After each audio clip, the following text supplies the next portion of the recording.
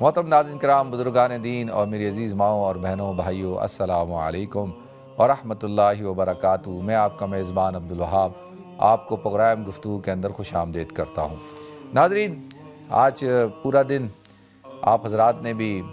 T V پہ مشاہدہ کیا ہوگا کہ شرم الشیخ میں دنیا کے بڑے لیڈر جمع ہوئے، ڈونلڈ ٹرمپ صاحب وہاں حاضر ہوئے۔ وہاں حاضر ہونے سے پہلے وہ تشریف لے گئے تھے تل ابیب، اور وہاں کی پارلیمنٹ میں انہوں نے تقریر کی اور نتن یاہو نے تقریر کی۔ وہ آپ حضرات نے تھوڑی سنی ہوگی، میں نے نتن یاہو کی تھوڑی سی سنی تھی اور پھر بعد میں تھوڑی سی ٹرمپ کی بھی سنی۔ تو یہ ساری صورتحال آج یہ سب ڈیولپمنٹ ہوئیں اور ہم نے دیکھا کہ جو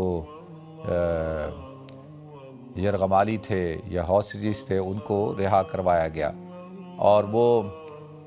فلسطینی بھی جو ہے بیچارے کئی سالوں کے بعد اپنے گھروں میں پہنچے، اور اسی طریقے سے ہم نے جو اسرائیلی تھے ان کو بھی ہم نے دیکھا۔ تو لہذا آج کا دن بڑا تاریخی دن تھا اور بہت ساری باتیں ہو رہی تھیں، ورلڈ لیڈر جمع تھے، تو اور غزہ کی بھی صورتحال دکھائی گئی کہ غزہ جو ہے وہ 90% جو ہے وہ اس کا انفراسٹرکچر ختم ہو چکا ہے، یعنی کسی قسم کا واٹر سیوریج کا سسٹم اور الیکٹرک کا، یعنی جو پورا جو وہاں کا جو ایک انفراسٹرکچر ہوتا ہے نا ایک شہر کا، ایک علاقے کا، وہ 90% کے قریب ختم ہو چکا ہے۔ جب 90% کا مطلب یہ ہے کہ 100% ہی، کیونکہ 100% کہنا تو ذرا وہ ان کو لگے گا کہ یہ غلو کیا جا رہا ہے، لیکن 90% کا مطلب آپ سمجھتے ہیں نا۔ اور آپ نے دیکھا وہاں جو لوگ تھے ان کے چہروں کو آپ دیکھیں کہ ان کے چہروں میں کس قدر جو ہے وہ آپ کو افلاس، بھوک اور کرب نظر آتا ہے، آپ کو تکلیف ان کے چہروں سے عیاں نظر آتی ہے، عیاں ہو رہی ہوتی ہے، اور چہرے جو ہے وہ جھلس چکے ہیں، یعنی کھلے آسمان کے تلے رہ کے،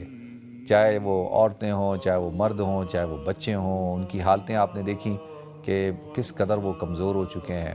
تو آج صرف یہی باتیں ہوتی رہی کہ بھئی امیر عربوں کو جمع کیا گیا، عرب ملکوں کو، کہ بھئی اب اس کو ری بلڈ کرنا ہے اور اس کے لیے پیسہ چاہیے ہوگا یہ، لیکن کوئی بھی آدمی یہ سوال نہیں اٹھا رہا کہ اس کا ذمہ دار کون ہے۔ اگر آج یہ بھی بات ہوئی ہوتی کہ بھئی اس تباہی کا ذمہ دار کون ہے،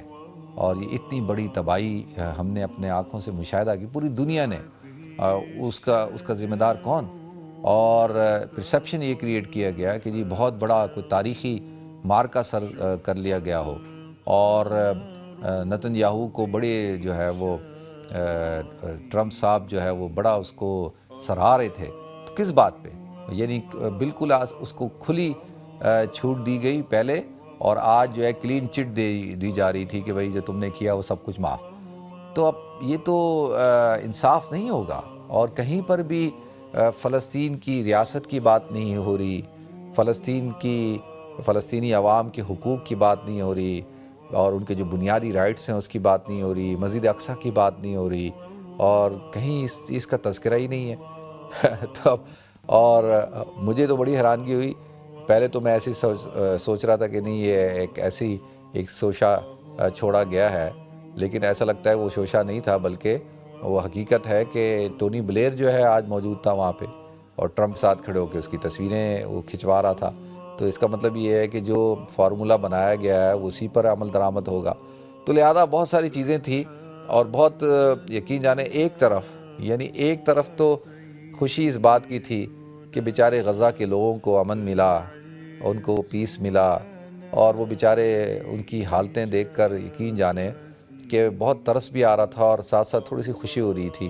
کہ وہ لوگ جو ہے وہ ان کو تھوڑا سا چین نصیب ہوا۔ اور یعنی میں اور آپ یہاں بیٹھ کر بات کریں، یہ تو ہمارے لیے بڑا آسان ہے نا، کہ آپ اپنے گھروں میں بیٹھ کر، میں اسٹوڈیو میں بیٹھ کر، اور یعنی جذباتی باتیں کر سکتا ہوں میں بھی، آپ بھی سن سکتے ہیں، آپ بھی کر سکتے ہیں، لیکن ریالٹی تو یہی ہے کہ وہ جو صورتحال انہوں نے فیس کی، جس کو انہوں نے مشاہدہ کیا، جن تکالیف سے وہ گزرے ہیں، اور جو انہوں نے سفر کیا ہے، تو اس کا تو کوئی یعنی کوئی اس طرف توجہ بھی نہیں دے رہا کہ بھائی بات بھی نہیں کر رہا کہ یہ اتنا نقصان جو ہو گیا، جو جانی نقصان ہے اس کا ازالہ کہاں سے ہوگا؟ دیکھیں آپ انفراسٹرکچر بھی بنا لیں گے، بلڈنگیں بھی بنا لیں گے، ہسپتال آپ نے سارے ختم کر دیے، اسکول کالج یونیورسٹیاں سب کچھ ختم، سب کچھ ختم، اور اب تباہ و برباد آپ کرو، اور پیسہ کس کا لگے گا؟ آپ کا میرا۔ ہم پیسے دیں گے، ڈونیشنیں دیں گے، ہمارے پیسوں سے اب جو ہے وہ غزہ کے لوگ، غزہ شہر کو بنایا جائے گا، پھر کچھ سالوں بعد آپ پھر برباد کر دینا، پھر 2-3 سال بعد پھر آپ یہ سلسلہ شروع کر دینا۔ یہ کیا ہے؟ تو کوئی مستقل لائے عمل کیوں نہیں بنایا جاتا؟ تو لہذا اب یہ ساری صورتحال ہے، لیکن اس میں یہ ہے کہ چلیں کم سے کم غزہ کے لوگوں کو امن ملا، اور دعا ہے کہ آگے بھی امن رہے، پیس رہے، اور وہ تھوڑا سا وقت جو ہے سکون کے ساتھ گزار سکے۔